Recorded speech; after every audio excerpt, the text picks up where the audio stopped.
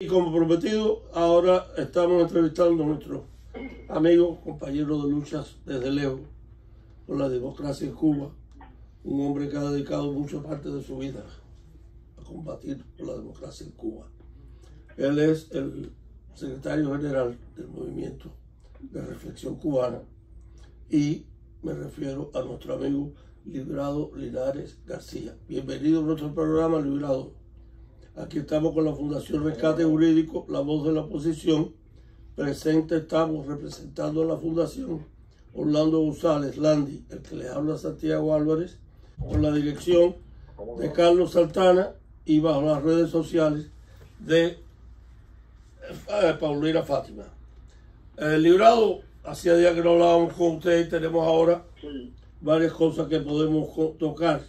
Una de las cosas, y yo sé que en eso tú puedes darnos una opinión bien certera, es del fraude electoral, como le quieran llamar, a las elecciones que se hacen en Cuba. ¿Qué me puedes hablar de eso, del alto porcentaje de abstención y de la elección de otro término al señor presidente, entre comillas? Un honor para mí participar en el programa. Saludos a los que participan conmigo, Landy, usted y el resto, a la teleaudiencia, los que también forman parte del programa, los equipos técnicos, etc. Sí, efectivamente, los castristas crearon un sistema electoral porque sería demasiado exigente no tener algo que presentar al mundo y al pueblo del voto. Obviamente esto conlleva a un fraude institucionalizado desde la elección de los delegados de circunscripción, una vez electos, eso forman parte de la Asamblea Municipal de los municipios en cuestión. Ahí hay un fraude, es lo más legítimo, es lo menos fraudulento que existe, pero también existe un fraude. Hasta la elección del presidente, vicepresidente, el Consejo de Estado, todo eso está manipulado, controlado estrictamente por los que detentan el poder. Y realmente, por ejemplo, una cosa, vamos a los resultados. ¿Cómo es posible que un país que se está cayendo en pedazos, con apagones, sin transporte, con el litro de gasolina en 500 pesos, con los precios de una inflación galopante, ya la libra de arroz aquí en Camajuaní está a 210 pesos la libra, etcétera, etcétera? No hay una cosa que funcione bien. ¿Cómo es posible que se hagan unas elecciones y se ha reelegido el que estaba al frente de ese desastre? Y obviamente una buena parte del desastre es por la mala gestión del primer ministro y todo el equipo, con el 97,88% de votos. Jesús resucitado sale en unas elecciones y coge medio.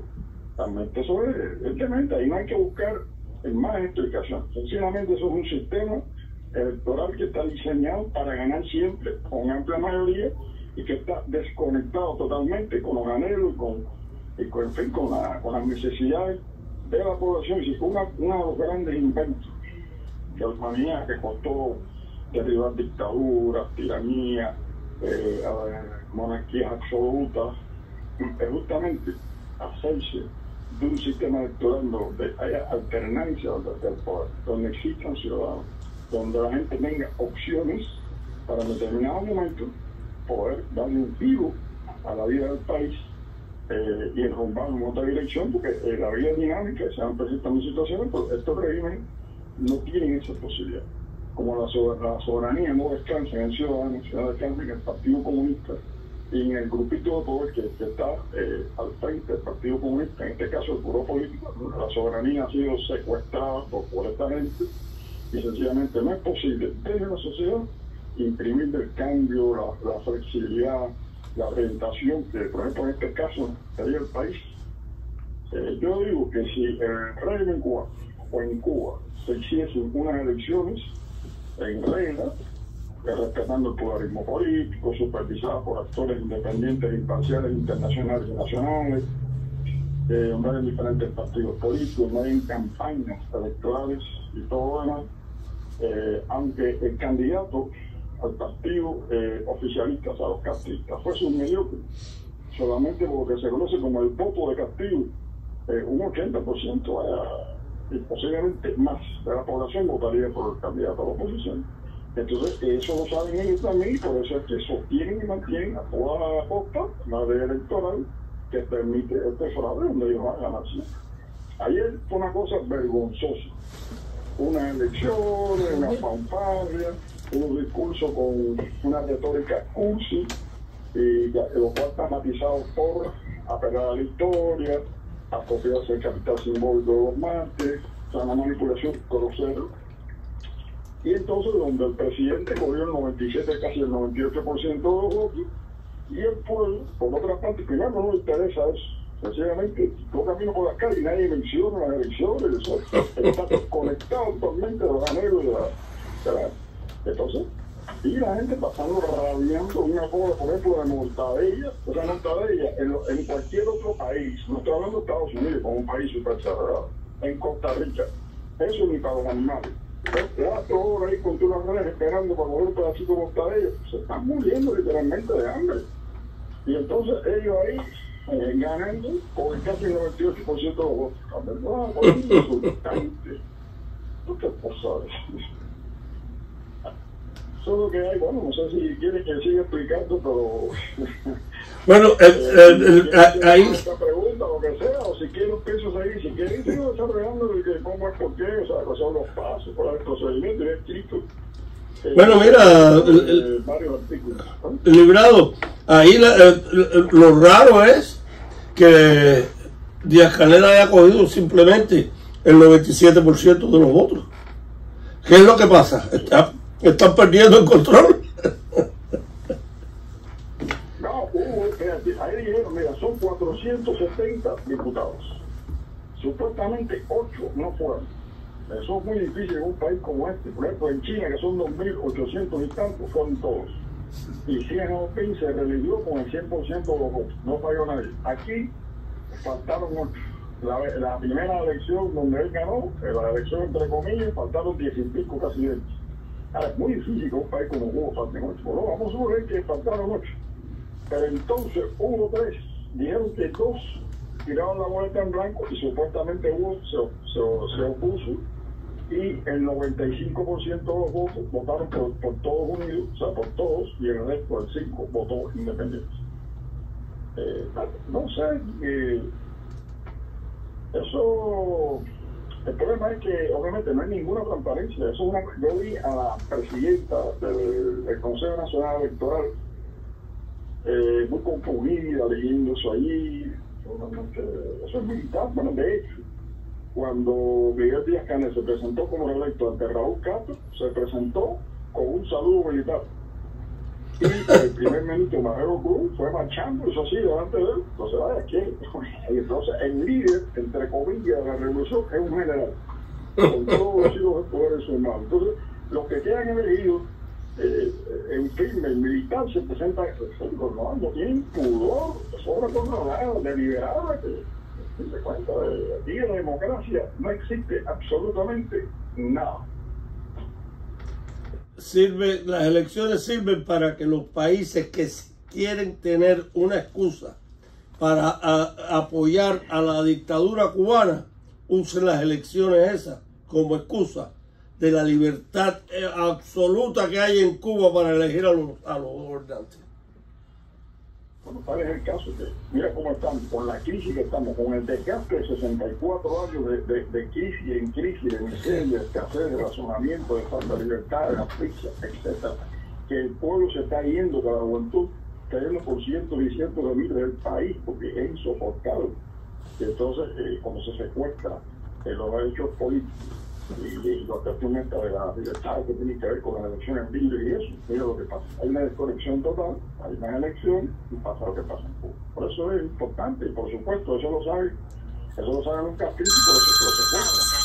Claro, yo pienso que eso tiene que tener un límite. Algún día el pueblo de Cuba tendrá que dar su nuevo proyecto de país, donde obviamente se reinstauren las elecciones libres, entre otras cosas que hace falta la vida demoliberal y republicana y de la libertad y los derechos fundamentales que no se a ese pueblo. Librado, es Orlando González Landi, un abrazo. Sí, ok, Orlando. Bueno, la pregunta es irónica. ¿Qué funciona bien dentro de esa tiranía? ¿Cómo? ¿Qué funciona? Y es irónico, ¿no? ¿Qué funciona bien dentro de esa tiranía? Un estado policial. Claro, la represión. Un comité de defensa. Cada comité de defensa tiene al menos el presidente pues, de vigilancia, pero el comité tiene un teléfono que despacha directamente con la estación de policía, con la policía secreta y con la PNL, etcétera. Eso funciona. Tenemos noticias de fuentes muy claras y muy conocedoras de que lo que ellos mejor invierten, su mejor engranaje, son las relaciones, la propaganda diplomática en el extranjero, es decir, todo lo que funciona para cambiar la cara del régimen. ¿Qué tú me puedes decir de eso? No, claro, o sea, eso se llama la política, ¿sabes? La influencia. El régimen es eminentemente imperialista. O sea, la llamada Revolución Cubana, desde que llegó al poder, en el primer año de estancia en el poder, salieron 4 expediciones de Cuba para 4 países de América Latina y el Caribe, para Haití, para Nicaragua, que fue en 2 partes, para Venezuela y para Panamá. Bueno, equipos de revolucionarios, entre comillas, hacer guerras allí, incluirse en los asuntos internos de esos países y crear una guerra más para tomar el poder. Entonces, en lo adelante, ellos hicieron un esfuerzo muy grande, o sea, aportando la revolución a través de las guerrillas y después de las guerras, propiamente dicho, se cree que hay, según algunos analistas, hay 9 intervenciones militares directas en diferentes países, 5 de ellos en África, las 2 más importantes, la de Angola y la de Etiopía. Pero llegó un momento que el mundo cambió y entonces la influencia fueron políticas exteriores de influencia blanda, que fue mandar brigadas médicas, gastar mucho dinero en propaganda, diferentes prestaciones sociales, etc. Y entonces eso obviamente le ha dado a él un rédito extraordinario, tiene una influencia, crean grupos de poder. Las embajadas de Cuba, en cuanto a la edificación y la empeoranía de la embajada de Cuba en el resto del mundo, parecen la embajada del Reino Unido grande, con una cantidad de empleados. Y como son sociedades democráticas, que existe libertad de asociación, todos los partidos de izquierda, antisistémicos, más radicales, intransigentes, ellos lo coordinan y han creado todo un tejido a través de una red de organizaciones en todo el mundo que sirven de caja de resonancia para su pueblo. Y obviamente también en esta nueva última influencia y exportación de la revolución de forma blanda, también está financiar a partidos políticos y financiar a movimientos sociales para que justamente también entren en la línea de acción desde el trabajo. Así que ellos en eso sí han invertido mucho en la inteligencia cubana, que los primeros oficiales se graduaron en la KGB, en la Stasi, que la antigua Alemania Democrática, después han creado su propia escuela y han escrito un oficio extraordinario en penetrar, en calar, en cooptar. Por ejemplo, yo tengo uno que se relacionó conmigo estando preso. Me dijo que formaba parte de la inteligencia castrista y que la misión que le dio fue cooptar a los líderes del Caribe insular. Que el CARICOM son 14 países, son muchos, obviamente, eso lo sabe todo el mundo, países pequeños, casi todos, no sé qué. Entonces, eso da punto que, por ejemplo, el CARICOM, a pesar de que tiene un sistema demoliberal, que tienen democracia que funciona, que tienen cierta prosperidad, muchos de esos países, sin embargo, no son hostiles, entran en sintonía con el régimen, que es un proceso de cooptación de los líderes y también de dinero. Hugo Chávez entró con los petrodólares también, que son aportes sustanciales en contar a partidos políticos, movimientos. Entonces, eso unido a que existe una coalición informal de autocracias en el mundo, encabezada por China, por Rusia, por Irán, las de aquí de América Latina, que no tengo que mencionarlo, y así en otras partes del mundo, y entonces ellos ejercen una influencia. Por eso cuando Cuba va a la votación de las Naciones Unidas, no va el régimen solo a llevar la influencia china. China es emisor de inversiones, le concede nichos de exportación a los países que ellos tienen cooptados, está invirtiendo muchísimo en los países en desarrollo, sobre todo en África subsahariana y en todas partes del mundo. Entonces están creando una red de influencia y de expansión de un modelo que es básicamente de economía de mercado, pero con un régimen autoritario. La dictadura férrea, como en el caso de Chile, un partido único y demás, pero con economía de mercado, porque obviamente ya los dictadores se han dado cuenta que la economía centralmente planificada de propiedad estatal no funciona, no genera riqueza, y entonces le queda una debilidad extraordinaria. Entonces esa coalición informal de autocracia, que es informal porque no tiene ni una sigla, aunque sí tiene, por ejemplo, el Foro de Cooperación de Shanghái, que es una alianza militar, ahí sí, en lo militar tienen una alianza, que es China, Rusia, Kazajstán, Kirguistán, Pakistán, Corea del Norte. Tienen un grupo también de interacción económica, y China, en el caso de China, que es el principal país, tiene la ruta de la seda, que es una red de carreteras por el mar, por aire, no solamente para desde Asia hacia toda Europa, sino también para el resto del mundo, y irradiar desde Pekín hacia el resto del mundo y el resto del mundo de Pekín una relación de subordinación. China pretende ser el gobierno mundial, que es la tiranía mundial, como se ve en China, y Rusia es el segundo y más importante dentro de eso. Entonces, en esa estrategia, caben los aquí, metido esa onda. Yo tengo... Entonces, ¿qué pasa? Que esa gente parece que no, pero sí tiene influencia y contan, y muchas votaciones en Naciones Unidas, y muchos aspectos que parecen inconcebibles están dando, porque detrás de eso está ese poderosísimo bloque que sustituyó al bloque soviético de la Guerra Fría. Ahora este otro bloque con otras características, pero que también es el rival de la democracia, de la libertad en Cuba, en el mundo, perdón. Librado, nosotros tenemos conocimiento, ¿no?, por personas que han dejado de simpatizar con el régimen, de apoyarlo, pero nosotros tenemos historias muy cercanas de funcionarios, sobre todo universitarios, rectores de universidades, dirigentes sindicales, que son fácilmente comprados con viajes, con todo incluido a Cuba. Como ellos son los dueños de la finca, a esos rectores de universidades, a esas personas influyentes en los países, sobre todo en universidades, los invitan a Cuba, a varaderos, en buenos hoteles, incluso con orgías, se les permite con doble sentido. Le graban el que hace cosas mal hechas para que continúe con el apoyo a Cuba. Pero eso es otro método, como son dueños de la finca, ellos pueden regalar, darle el privilegio de invitarlos a Cuba con todos los gastos pagados. Efectivamente, esa es otra manera también. Está el Instituto de Amistad con los Pueblos, que es una agencia de la inteligencia castrista que crea los grupos esos de solidaridad con la Revolución Cubana, entre comillas. Y entonces esos grupos, ellos tienen que darle beneficios, ¿no? Porque no, la alianza no solamente es ideológica, casi siempre están compuestos por grupos. El Librado, hay que darse cuenta también que a pesar de todo lo que es Cuba, cuando va a las Naciones Unidas un voto entre los Estados Unidos y Cuba sobre el bloqueo, el único país que soporta, que apoya al gobierno de los Estados Unidos es Israel. Todos los demás, por miedo, por conveniencia, por ideología, por tener médicos, porque los compraron con los petrodólares o porque le saben algo, votan a favor de Cuba. No, pero por eso yo lo decía, que hay varios aspectos.